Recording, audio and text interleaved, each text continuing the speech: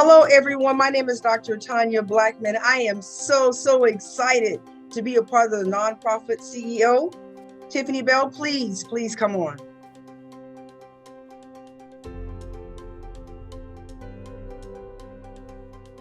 Can we start all over again? I'm so sorry. That's okay. I'm going to do it again.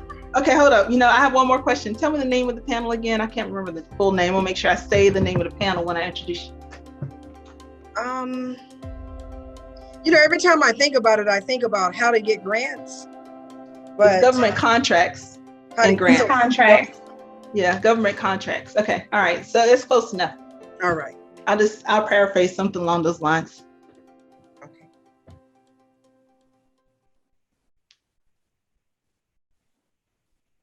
Hi, my name is Dr. Tanya Blackman. I am so excited because we are a part of the Nonprofit CEO. Tiffany Bell, thank you so much for having us. Thank you, Dr. Tanya. I'm excited to have all of you all on today as panelists. But before we get started, I want to make sure I gave my friend, Dr. Tanya Blackman, a beautiful introduction. She and I have had the pleasure of working together almost, I guess, probably since the beginning of this year, since January. And so she has been just a pleasure to work with. And so she and I serve on another board together, Edo Women. It's a nonprofit that helps Nigerian women start businesses. And so Dr. Tanya, she knows all about government contracts and helping out nonprofits to get national and international funding. And so again, that clues in, that connects directly in with today's topic. But before we begin, I just wanted to read just real quick a little bit about her. So Dr. Tanya Blackman, also known as the Queen of Grants, is a 4 times best-selling author, a highly sought after speaker, small business funding expert, Mucho Dinero TV producer, a 2021 Black, Bold, and Beautiful Girl Boss honoree. That was a mouthful. And she's a super proud boss nana. Ladies and gentlemen, I give to you Dr. Tanya Blackman. Thank you so much for today. Thank you, Tiffany, for having us. Hi, everyone. So if you don't mind, would everybody introduce themselves? Well, I'm off mute. I'll go first. My name is Renika Atkins. I am a nonprofit founder and executive director of RISE. We work with youth and young adults who age out of the foster care system. I'm also a nonprofit coach and consultant, and I am a Black woman in tech. I love it. Welcome to the panel. Dr. Tamika, would you like to go next? Sure. And actually, my first name is pronounced Takima, but it's okay because I get it often, so it's fine. It's like leukemia, change the L to the T, make the I silent, boom, there you go, right? And Dr. Takemia. Dr. Takemia? Is that correct? Dr. Takima. Yes, ma'am. Dr. Takima. Yes. I'm sorry. No, it's fine. That's okay. That's how you know we family, because we had everybody's names mixed up, right? It just happens. My name is Dr. Takima Dorsey. I hail from a place where you can catch crabs. Yes, and purchase the best crabs. That's none other than the Baltimore, Maryland. I am the founder and senior consultant at DTD's Urban Multi-Sport Consulting Firm, and I am also the founder and director of a international award-winning nonprofit, the International Association of Black Triathletes. So together, we're able to help families, youth, adults, business owners from inception all the way through to making sure that they scale their business, not just in the rural and in suburban areas, but definitely in the urban market. So thanks for having me on today. Thank you, Dr. Takima. Thank you so much. All right, hello. Pleasure to be here. I am Chanel Bryant. I am the owner and executive director of Bryant Crisis Intervention Center. We are a resource and crisis hotline. I'm also a life coach. I specialize in life transitions. I love to focus on exactly how you can take those skills while you're going through what we call trials and turn it into a teachable moment that transition you to that next phase of life. And it's just a pleasure to be here amongst all you lovely ladies. Thank you, thank you, thank you. Thank you so much for being a part of the Nonprofit CEO panel today. We're going to be talking about grants. We're going to be talking about corporate sponsorships. We're just going to be talking. All of you, once again, I applaud you for everything that you're doing, not only for your community, but for all of us as a whole. So what I'd like you all to do, if you don't mind, can we go over a couple of questions? Would that be okay? Okay, thank you, thank you, thank you. Would you each tell me about an experience that you had when you applied for a grant? Because raise your hand if you already applied. Have everybody on here have actually applied for grants so far? Yay, that's what I knew you had. So if you can't, just think about something that, an experience you had when you actually applied for that first grant. So sure, I'll tackle that question. So when I first started out way back when with my first nonprofit back in like 2009, 2010, I was a newbie, knew that I had the passion and center, knew that I had the concept of my purpose. I knew my niche. I had a sneak peek into the value proposition of my nonprofit. However, and I'm also a grant writer. However, but before I launched into becoming a grant writer, there were a lot of things that I was missing, right? Technical writing, what they're looking for versus what I expected. My writing, as opposed to their requirements, making sure, that I had enough of that community building and relationships. And so, long story short, the grant process was not successful. And so, not that I was rushing into it because I knew I had a strong foundation, but I didn't take the time to really look it through the eyes of the grantor versus as a grantee. And so that caused a lot of bumps and bruises in the road. And so today, being able to be on the other side, I can kind of help those leaders and consultants and career professionals, small business and nonprofits to kind of learn from the almost 15 years of errors that I learned to help them be a little more successful in their grant writing phase. So it's definitely about becoming a student of the culture. And there's no one way to skin a cat from a grant standpoint, because there are so many grants out there, community foundations, government grants, local grants, making sure that you're properly having your 501c3 in place versus a fiscal sponsor. So now I don't have that problem, but definitely was a newbie era starting out, quite a few years ago. Great points, Dr. Jakima. Thank you for sharing.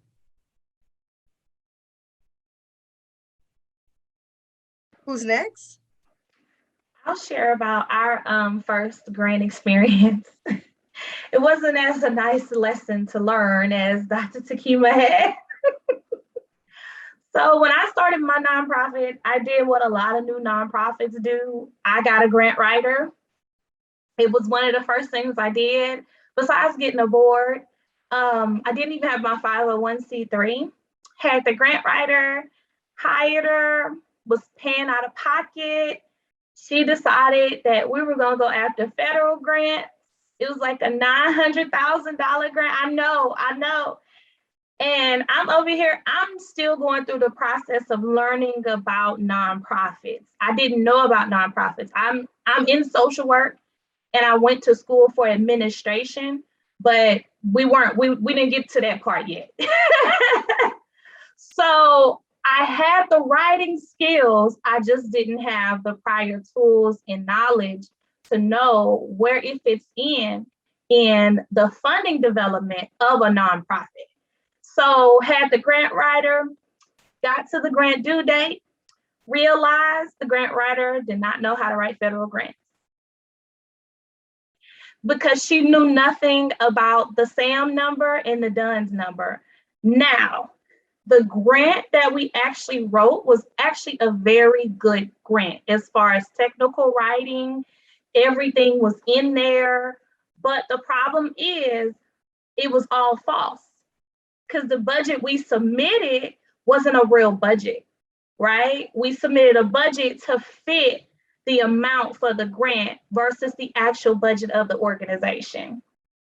So that was a very hard lesson to learn, but I make it a point, because I love startup, I make it a point to tell startup nonprofits, like, take your time.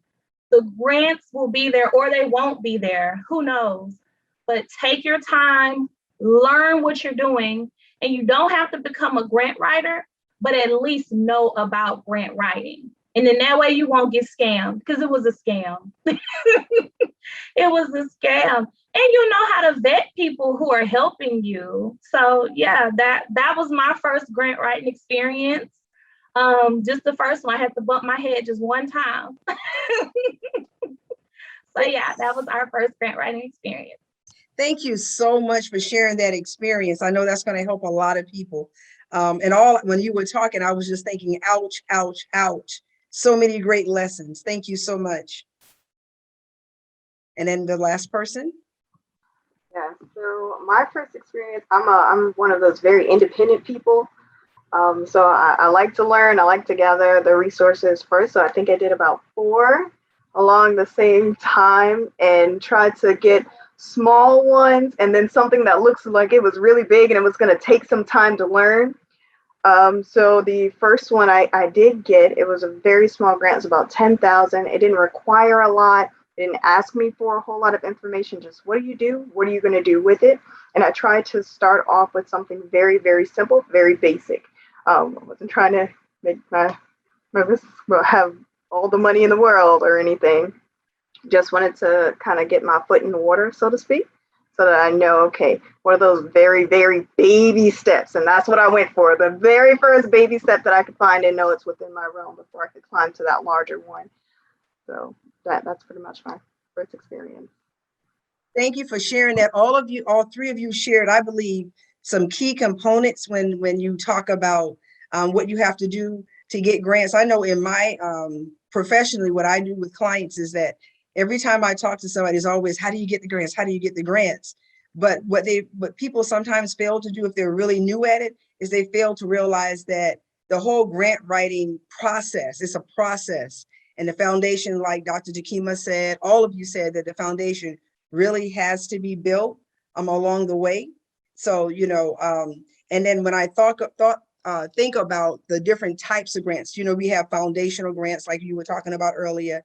And then, we also have those really great big corporate grants. And then we have the federal grants, which is like it's a whole lot. So I cannot imagine having that whole package done and not being able to apply for the grant. I mean, I almost got a headache when you said that, because I can only imagine how horrific that really was. But the great thing about this entire nonprofit CEO panel that we're talking to today, you guys, is that they have experience, they have knowledge, they know what they're doing, and so which rolls into the next question, which is, if you had to do it all over again throughout this entire process, when it comes down to board development, is there one tip you could share with everyone concerning board development, please? Just one tip about board development. One tip is hard. It's very hard. However, I'll also try to apply this and not go too backwards with what we talked about before, is that before you can really go external, you have to look internal, right? So anyone can take money and go pay $250 or $175 and have a registered nonprofit, right? And we're not talking about, where you're tax-free, but you just have one. However, as a leader, if you're managing, you're in the wrong field. As an individual, if you're not willing to bump your head against the bricks, the breakthrough ceilings to really make it work, then go back and work a 9-to-5. So my one tip to any leader, career professional, expert, is slow down. Look at who you are, what you are, look at your strength, look at where you want to go and close the gaps. Because the one thing about board development is, what you don't want to do is fill your board with your family and friends, because you'll get nowhere. In order to be able to really build your board the way you want, you have to not just have the passion, but you have to be humble, be vulnerable. And when you're able to put your ego and your pride to the side, and it's really about your purpose, why you're doing this, God will allow people to be attracted to you, not from what you say, but from what people see you do. We have a lot of people that say a lot and don't do much, or you do something once and then you fall off. And so be humble, be willing to just simply be authentic and transparent. And you may end up attracting people who are not related to you, right? And that's how you know you're attracting the right people. So board development is not taking a top off of it, drinking it and putting it back on. It's taking a top, drinking it off, filling it back up, putting it back on, taking it back off until you get that governance that really speaks to diversity, equity, inclusion, and access. And when you're able to do that, because guess what? The nonprofit doesn't belong to you. It belongs to the community. And so whether you're there for 5 years or 20 years, allow your board to be developed according to the DEIA of the entire people that you're serving. And that's how you know you're on the right track, by getting yourself out of the way. Thank you, Dr. Takima, because sometimes when people come to me, they said, I'm going to do a nonprofit because I want to be rich. It's not going to happen. It's not going to happen. So the next person, please. The tip that I would give is know what you lack, because in a board, you want someone that has a different view of what you're trying to do. Yes, you have to share the vision. Yes, everybody has to kind of want the same thing. You want that impact in the community, but know what you lack so someone else can kind of pick up from where you leave off. So that someone else can balance it out, where someone may be good at balancing finances, someone else may be good at networking, someone else may be good at going the extra mile in corporate just to get in donations or make those extra connections with the business world. But being able to, like Dr. Takima said, let me get it right, like she said, it does take that humility. You gotta really be humble and be willing to say, okay, as a CEO, I'm a go-getter. I'm willing to bust through walls. I'm willing to do whatever it takes, but I don't have that skill. So let me find and do what it takes to find someone that can fill that gap of what I can't do. And they're not going to be able to do it all. It's going to take someone else where you have another gap to come in and fill that in until you get that balance of the right board that can make decisions and impact the way you're all looking to do. Because the more you invite someone else, and guess what? They have a kind of side vision too. They see it going further than what you see in it too. So being able to be humble and find the right components, make sure you have someone that doesn't have or has what you don't have.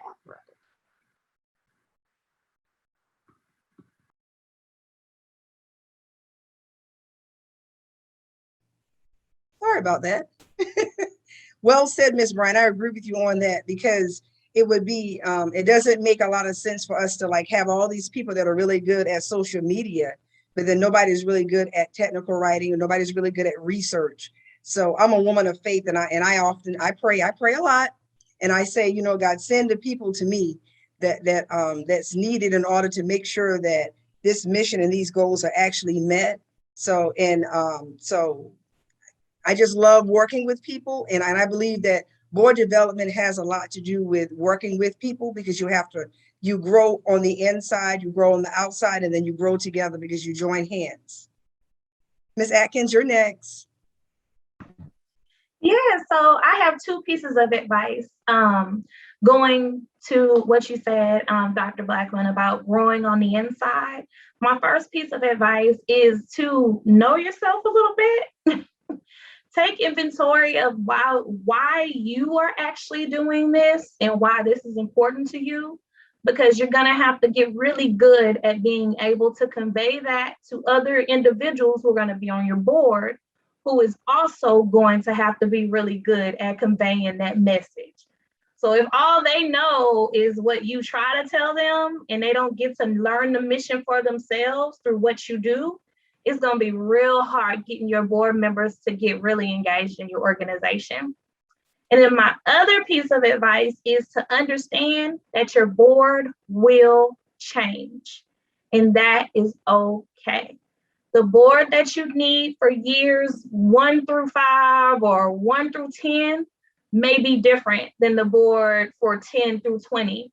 The board that you needed when you started up, like in the very, very beginning stages, they may have been really good at getting you going, but the board that you need to start your franchise or start your nonprofit in other states may be different.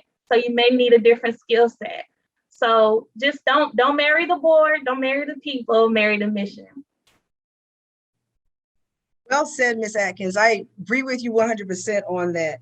You know, we have to look on the inside and make sure whatever our motive is, why we're doing what we're doing. And then people do evolve. A lot of people say some bad things about millennials, I'm going to be honest, but I absolutely love working with millennials because I find them to have this fierce attitude and there's nothing they can't do. And when you get to people that are my age, I'm not going to tell what my age is, but you know I look 21. But the thing about it is that, you know, we want to make sure that we really do connect with people, I think, that are passionate about what we want, and that they're also people of integrity. Because let's be honest, board members, you know, we can't say that it's a paid position, because sometimes, you know, you're taking your check there, you know, so you have to be willing to go in there with the right attitudes and with the right mindset. Dr. Blackman, can I add something? You sure can. So we talked about advice, but I want to be able to help those in the audience that's taking part in our nonprofit CEO, 2 tools that are key to their development, right? Not just from an organizational standpoint, not just from board development, but even from a grant standpoint. And those 2 tools that we use at DTD's Urban Multi-Sport Consultant is a SWOT analysis and a needs-based assessment, right? And so the SWOT analysis can be done from a leadership standpoint. It should be annually done from a board governance standpoint, and it can very well be done from a program standpoint as it leads to grant initiatives, right? So if you are a nonprofit leader or a consultant or expert or intern or anyone that wants to work with nonprofit or for-profit, invest in an organization or take time to learn what a SWOT analysis is. That's tool number 1. You can never go wrong. And a SWOT analysis should be done at least biannually, if not quarterly, and definitely more frequent when you're doing program after program evaluation and assessment. And then a second tool is a needs-based assessment.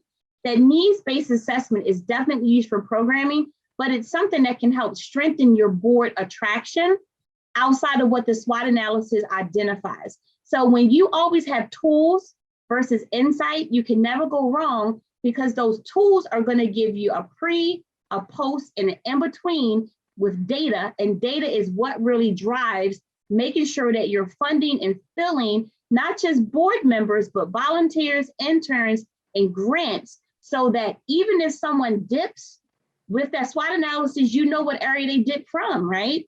If you're looking for an area in terms of assessment and valuation, when you're doing your needs-based assessment, which should be done as often as possible, then it's helping you to give you a real external look into what's happening internal. So as a nonprofit leader or an assistant, you can never go wrong. And these are definitely tools that can help you out.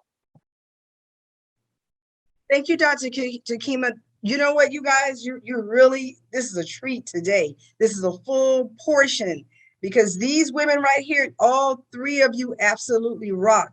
Thank you so much for sharing that advice. Thank you for sharing those tools. I know that is helping the listeners, and I know that it will continue to help us not on this day, but really in times to come.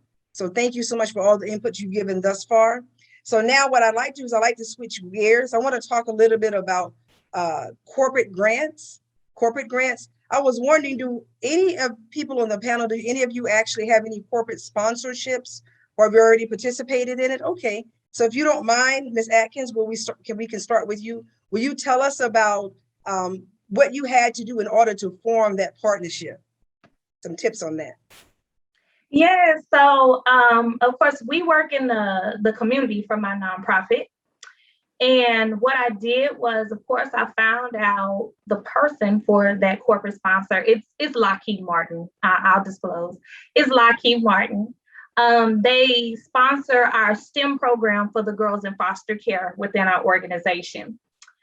The first year when we approached them, we've been working with them for 3 years.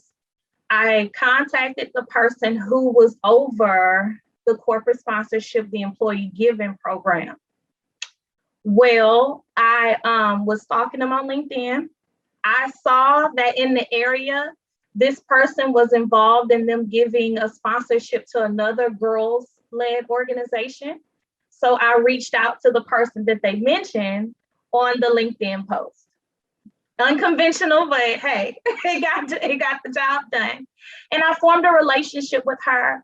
And when I first approached her, again, y'all, I make a lot of mistakes, a lot of baby mistakes. They were our first corporate sponsor. When I first approached them, of course, I led with, hey, I have this organization, we need this funding, right? Well, she politely declined, but gratefully, she did say that they could lend volunteers. So I said, okay, you go volunteer, all right. So when we did our camp, the volunteers were coming and they thought it was gonna be just a regular little volunteer, you know, little yang, little come on in and I'm gonna talk to the girls and, you know, tell them about what I do in STEM at Lockheed Martin. Instead, I had the girls interview them. So they didn't get to talk, the girls did the talking. And they formed such great relationships with the girls. The girls got to get the experience of women in STEM, but the volunteers got to get the experience of working with youth who were in the foster care system. And really just seeing that they're human, of course, because, you know, let's be for real, a lot of women in STEM are far removed from the population. But they got to work with them and they took that experience and went back to the lady. And then the lady came to me and said, hey, we had an amazing time. We want to talk about funding your program for the years to come.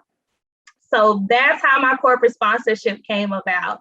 Now every year they fund the program and every year they increase their funding. Wow, did you see me giving you hand claps from back here? That's an awesome story. Awesome, awesome story. And what I love about what you did, Ms. Atkins, is that you took a chance. You saw an opportunity and you took a chance. You started dialogue and you said, you know what, there may be a way that I could actually fit this in. And then it worked out in your favor. So to the people that are listening, if you can think of an area, if you know of a company, you know, ask. It does not hurt anybody to ask. I often tell people, if you're going to tell me no, you're going to tell me no after I ask you. But definitely I'm going to ask. Thank you so much, Ms. Atkins. Thank you. Yeah. And I just will add, we did end up having to give them a sponsorship letter and a copy of the budget, but that was just a formality after I made the relationship. So now that you know, that was a great, it wasn't a grant proposal that took you 2 months to do. Wasn't any of that. Yes, I love it. I love it. I love it. Thank you so much, Ms. Atkins. And once again, congratulations on that corporate sponsorship. Dr. Takima? Yes, and so, you know, a lot of nonprofit leaders or those that are on the board are watching this panel, and even your volunteers or admins. And so here's the tips that I would encourage you as you're seeking corporate sponsorships. When you're first considering it, first write down a list of who you want to do business with, right? But it comes back to making sure you have a very solid mission. Your mission, your vision shouldn't sway like the weather, right? So your mission statement should be very closely aligned with that corporate sponsor you're going after. So you should have a checklist, right? Because everything comes back down into process. So when you're going after that corporate sponsor, first look at your mission, understand what areas you have opportunity in. Then you want to go and then you want to look at organizations that have similar missions that you do, that are on a corporate level, right? And then you should have a checklist. Do your mission align? Are you in the geographic area in which they sign, right? So if we're BGE and we have our corporate sponsor, but they're only serving DC and I'm in Maryland, guess what? Don't even approach them because I'm outside of their realm, right? Negative. That means BGE is off the table. But if I'm going to PNC, which is in my area, which is in my community, our mission align, our vision align, our objectives align, they're in my area, I'm in their area, guess what? It's a great fit. Oftentimes, Dr. Blackman, a lot of CEO nonprofit leaders or people within their organizations don't take time to do the research, right? They don't have the checklist, right? You over here in STEM, but you're going after somebody in sports. It's a mismatch. But when you're taking time to dot your I's and cross your T's, that corporate sponsorship would be more of a plus versus a no. So as that leader that's going to fund your funnel with corporate sponsorships, do the research, make sure you have your mission statement, make sure that the company that you're looking to do corporate sponsorships with has a objective that aligns with you. Go and then follow up with Ms. Atkins mentioned creating that relationship as opposed to saying, hey, I'm in your community, you should do business with me. Because here's the thing, you are applying and so is 999 other people. But what makes you unique goes back into not just knowing your mission, but doing your mission and understanding what your mission is and how that corporate sponsor is going to benefit from what you're doing. Here's the thing, corporate sponsors have money to get rid of, but they're not going to get rid of money to just anyone. They're going to give money to people that have a rock solid plan. So whether it's an operation budget or organization budget, whether it's a program in this area or not, have your documents together. Before you come out the gate, make sure that you have everything aligned that you need to. So any corporate sponsor you go after, you'll be ready. And if not, you keep moving forward. So for us, that's the process, right? Have that checklist, know your mission, do your research, align your mission with that of the corporate sponsor. So when they are asking for things, it's not taking you 3 weeks to come back to them, and make sure that you know not just what you're doing, but have a strong understanding of why you're doing it and who you're serving. And one last tip is corporate sponsors are great with helping nonprofits, but it's about who you're serving.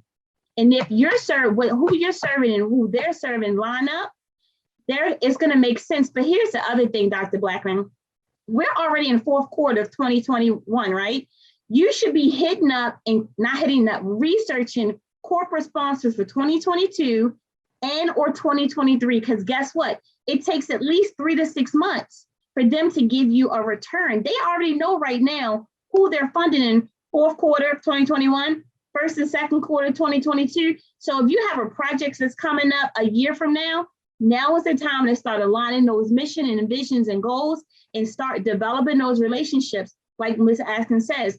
And corporate sponsors will always be there to help you out as long as you have your ducks in a row. Great points, Dr. Takima, great points. And you know what? It would be hard to believe that people are not taking notes as this panel is talking. You hear me? Because you just gave, I'm telling you, the knowledge that everybody, Ms. Atkins, Dr. Takima, and also Ms. Bryant is given is awesome. It's awesome. So if I was a listener, I would be taking notes and I would be writing down all your names and I'd be contacting you. I'd be contacting Ms. Tiffany, the host of the Nonprofit CEO, and I would be connecting the dots, because that's so, so important, is that we go ahead and, success is planned. Success is planned. So it's very important that we actually create that whole process, have all the ducks in a row before even approaching the corporate sponsor, but having everything ready so that when they ask you for it, you say, okay, while they're talking, you're already sending it to them. Already sending it to them. And another thing that we often do, I often do with my clients, is that we look and see who else are they already giving to? Who are the corporate sponsors already giving it to? Because that will help you also to actually see, okay, I'm not supposed to be giving tips. You guys are supposed to be giving tips. So Ms. Bryant, you're next. Well, I would say I take a little different approach to how I go for corporate grants or corporate sponsors. Like you said, planning or having that strategy is really, really important. And that's what I do. I'm a strategist. So I like to kind of find that leverage. I have another business that leverages getting that clientele and kind of open doorways there. So it's making sure that, okay, I have things already pre-planned. I have, just like Dr. Takima had already said, I already have those corporate sponsors who already lines up, who's going next. Okay, I can't put all my eggs in one basket. I cannot have this whole program hinged on if this corporate sponsor is going to come through for me, even if I have spoken to them for a while, because, all right, we're great friends. You've already gone to your company or to your organization and you've already vouched for me. Only I hate to say it, but these things happen to come back to me and say, well, unfortunately, there was another program and they thought better of that one than yours. Have that leverage underneath there. Okay, you did all that work for there. What was your backup? And I hate to use the word backup. What was, I hate to use the backup plan, but it's strategizing to the point where you haven't lost anything. If anything, you built a connection for next year. If anything, you just haven't gotten that grant for this year. So if anything, you built a connection for this year. What did you have planned or lined up next so that you can still follow through with that program? What are you willing to kind of line up so you can still follow through? So what it does is it strengthens that program in the eyes of that corporate sponsor. So next year, they're going to look at you and see, well, you made it without my funding last year when you asked. This year, I see how great it is. So being able to, whether it's a yes or a no, work that into your strategy and build it up for next year. Okay, that was a no this year. I'm going to use that. I'm going to use the information I gathered from there. I'm going to use the contacts I gathered from there so that nothing is a failure. Everything is experience, everything is learning, everything is what I'm going to put into play in my next plan, because there will be a next plan. I agree with you. Some great points, Ms. Bryant, really, really great points. And I often tell people that if you need to, this is some other tips, make sure you have an Excel spreadsheet, if nothing else, or a Word document, and make sure you do what Ms. Bryant says. Document all of those different relationships. And Ms. Bryant, you are 100% correct. Everything to me is a success, because even if I don't get the money, I've built some type of relationship. And to me, at the end of the day, that's really what matters, that we continue to build those relationships. And a no this quarter does not mean a no next quarter or next year, because we actually continue to build those relationships. So, and then, which brings me to the next question. Tell me how you feel about sustainability plans for your nonprofits. And what do you think about it? Do you think a nonprofit should have one in place or not?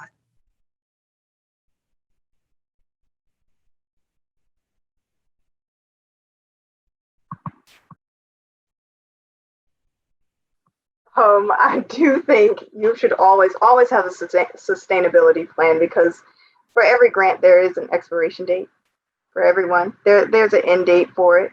So if your plan is to re-up with that grant, be able to present your reports, be able to present your data that will support you staying with that corporation or staying with those sponsors, then that's great. My thing is strategies. That's my specialty. Don't take a loss if you don't have to. If you're sitting down and taking the time to draft out all of these grants, then sit down and take the time to draft out another plan of if that grant is going to run out. What is the next step? And that's what I constantly ask myself. Okay, that worked. That came through for me. What's the next step?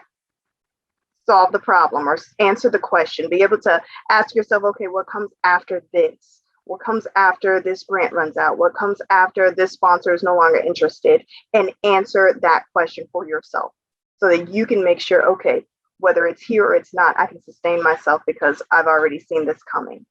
Or at the least I've put the thought in figuring out what I'm going to do about it. Thank you. Success is planned, Ms. Bryant. Ms. Atkins, would you like to share?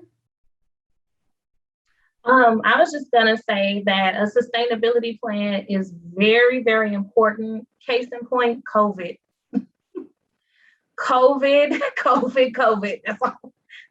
Just one word, COVID.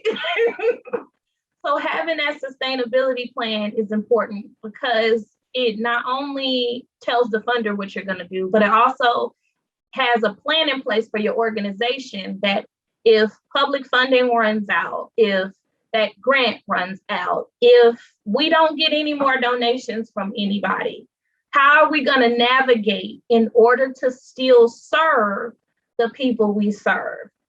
Not in order to keep our lights on, not in order to whatever. You can put that in your sustainability plan, but it's more so geared towards how will you continue serving the people you serve if public funding drops away? And I think that's important to have on a high level for your whole organization, and even on a program level. If you have multiple programs, have a plan for each program as well. Great points. I was remembering about my business and what I did before COVID-19. And one of the things that I did is I pivoted before COVID-19. I started doing more lives and what have you. And because of that, my business has grown because of that. But this was before COVID-19, right before COVID-19. So having that plan is the sustainability plan is so important. Dr. Takima, would you like to share? Yes, and so great information. So I want to define what a sustainability plan is first, right? Because we have a lot of new listeners out there. We got a lot of people that are coming to try to get their grassroots initiative off the ground or build community relations or scale their nonprofit, or they're trying to find a way to really bring people in their fold, on their board, as interns, as volunteers. So your sustainability plan is not grants. All right, let's just be honest. That's just a part of your funding stream. So a sustainability plan should be diverse, just like your board, right? You can have fundraisers automatically. So I want you to think, when you're thinking about a sustainability plan, I want you to think about your funding stream, your funding plan that is automatically intertwined with your board, should automatically have insight from your volunteers or your admins. And how are you going to fund, as Ms. Atkins said, your program or your volunteers or your CEO, his or her, what do you get it? Money, right? How do you pay them? So sustainability is all about diversifying your funding stream. That's the bottom line. If you don't have money, you're not going to be able to do anything about who you want to do and how you're going to do it. So when you're thinking about sustainability, thinking about options, you should have fundraisers, right? Whether they're virtual, on ground, or live. You should consider grants, but grants should be your very last, because guess what? Everybody is applying for them. And that grant, just because you apply for it, is not a guarantee. How are you going to acquire and attract donors, right? What do you have that no one else has that's going to attract people, right? It's going to go back to building those relationships. And then how do you go after sponsorships, right? Do you have your sponsorship package, which goes back to your programming? Do you have the right people in place that can now service what you said you're going to do if you're funded? And then go after community foundations, right? So you heard me talk about a lot. And then last but not least, your board is fiduciary obligated to pour into your nonprofit. So we just talked about 7 streams of income. That's sustainability. So if the fundraisers is a wonk, if your board is only identifying $25 a month, if that fundraiser if that sponsor said, hey, great, but not this year, then you still got donors, you still got things that you're doing. And then guess what? In-kind donations, never write them off. That's a whole nother kind of donations. The donations that help your tax forms look great. Donated space, donated items, donated products, donated time. Even when you have volunteers, that's an in-kind donations. Put a dollar sign on it. Somebody donating 100 bottles. Put a dollar sign on it. Somebody donating their time. Dollar sign on it. So when you're thinking about sustainability, think about diversity, right? Grants is the very last thing, right? But where are you bringing money in, right? And this comes back to that SWOT analysis that I talked about earlier. SWOT analysis for leadership, SWOT analysis for board, SWOT analysis for everything. SWOT analysis your funding streams. So when you're thinking about sustainability, Dr. Blackman, That's what it's all about from a nonprofit standpoint. There is truly no one way to skin a cat, but here's the beauty of being a nonprofit. You are public charity. Corporate sponsors, community foundations, individuals, leaders, for-profits want to do business with you because guess what? It's a write-off for them. It's giving them leverage and insight into the community. They want to be, you're more powerful than what you know. So develop that diverse funding stream. You're going to sustain your business. You're not just going to sustain, you're going to grow your business. And guess what? You're going to start building community relationships because now everyone's going to want to be a part of your pie instead of you being a part of their cake. Amen. Amen. Amen. All right. Amen, amen, amen. I love it. I love it. I love it. So when I talk to clients, I often tell people, and I say this over and over, remember when President Barack Obama was running for president that first time? I remember him saying that he won his presidency because of the dollars and $5 that the people sent in as donations. So I often tell people that are 501c3 already have those organizations. If nothing else, there should be a donate button on your website. And not only that, you just let people know no donation is too small. So if that's time, talents, and treasures, we accept it all. And I agree with all three of you. When people catch your vision, they will give in time, talents, and treasures. But you have to actually be doing what you're supposed to be doing to help the community as a whole. People need to see you doing work, doing the nonprofit work. And I'm telling you, I've seen it over and over again. You build those relationships, you get those letters from the different people along the way that you have partnerships with. You put all that to be a part of your grant package, and voila, but we need to be smart because we cannot depend on grants and grants alone. It's okay to sell t-shirts. Oh, yes, it is okay. You get what I'm saying? To sell different things to help with that sustainability plan and to also ask for those donations. You guys are absolutely awesome. This right here was $1 million conversation, I think, today on Nonprofit CEO. So we're almost in closing. So what I'd like everybody to do, if you can, if there's any closing words that you would like to share with someone, maybe for 1 or 2 minutes, think about what you wish somebody would have told you before you started. I think that would be a good question. Before you started your nonprofit, what is one thing that you really want to share with those people out here that are listening, and also with me, because I'm listening too.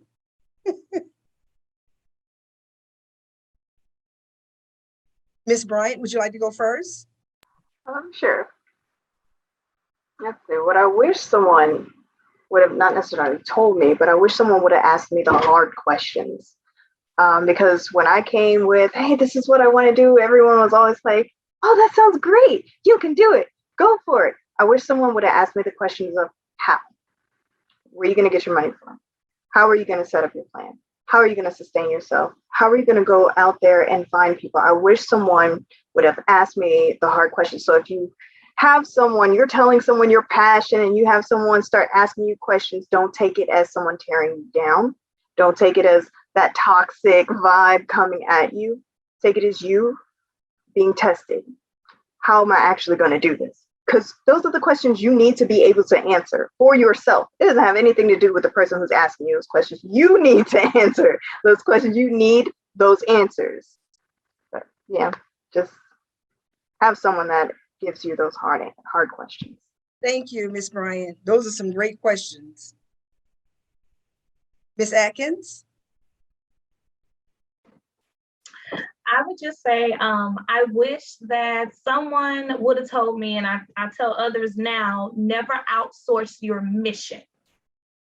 When you start your nonprofit, if you're gonna say you're the CEO, ED, or whoever you are, don't outsource your responsibilities in your organization, right? You can hire talented people to do certain tasks or complete certain things, but you still have the responsibility. I mean, you're legally responsible to know your job role and do not outsource it. Do not allow a consultant or a coach to own a piece of your organization, because that could be detrimental. If it's relationships that need to be made, Don't depend on that person to make those relationships for you. You make those relationships and have that person fortify you and show you and empower you in how to make those relationships. Own every part of the process, whether it's good or bad. Own it. It is yours and it will help you. So I wish someone would have told me that. Thank you, Ms. Atkins. That's very encouraging. Dr. Jakima? Yes, and for those, one of the problems that we have, and we talked about 3 of them today, and I want to do a real quick recap in the time that I have. We talked about sustainability. We talked about getting corporate grants and going after corporate sponsorships, and we talked about board governance. And as career consultants and leaders and experts and nonprofit leaders, and anyone who's thinking about starting or being a part of a nonprofit, those are 3 areas that are extremely crucial and dire to success as a part of a nonprofit or leading a nonprofit. Oh, and we talked about the lack of leadership or thereof leadership in itself. And so I remember when I started out with my nonprofit a few years ago in my industry, and there was no model, right? There was no model for the industry, there was no model for the market, and there was no model for our targeted audience, which was the urban youth. And so I had youth that wanted to become triathletes, right? And so I come from years of leadership and education and, working with school systems and all of those things. But what I couldn't do was to fail my own kids. And so I had to find the value proposition in our products and services to develop something that wasn't there. In less than 4 years, we went from a nonprofit, from not having a model to creating an international award-winning model that's now being used by NGBs across the US. You want to know what the difference was? All of the things that we talked about today. How to go after grants and understanding that grants is not the only way to sustain. How do we understand our purpose? How do we know what our target audience is? What is value proposition? And so for those that are out there today who thought that they couldn't build a board, who didn't understand how to sustain or grow your business, who lack an opportunity of building community relationships or uncertain how to attract board members, I want you to come to the Nonprofit CEO because I created the 5-step formula to reach the urban market, to build communities and scale your business. And in this opportunity, you're not only going to get blessed, but you're going to walk away with a blueprint to answer all the questions we talked about today. And I'll leave you with this. If you are ready right now, pre or prior to the summit, I want you to text 443-267-8783. And we have a free blueprint just to get you started. So you'll come into the summit, not only learning some things, but knowing how to elevate it and take it, because it's not about the knowledge, it's about the tangible and practical application of you knowing how to jumpstart or elevate or continue what it is you want to do. 443-267-8783. DDT Blueprint is free for you. Come see all of us at the Nonprofit CEO, but I have the 5-step formula to help you not just grow your business, build community relationships, but also launch those grassroots initiatives. So come on over to the other side and go and register right now at www.nonprofitceosummit.com and bring everybody on your board, all your administrators, all your friends, and everybody who's even thinking about it.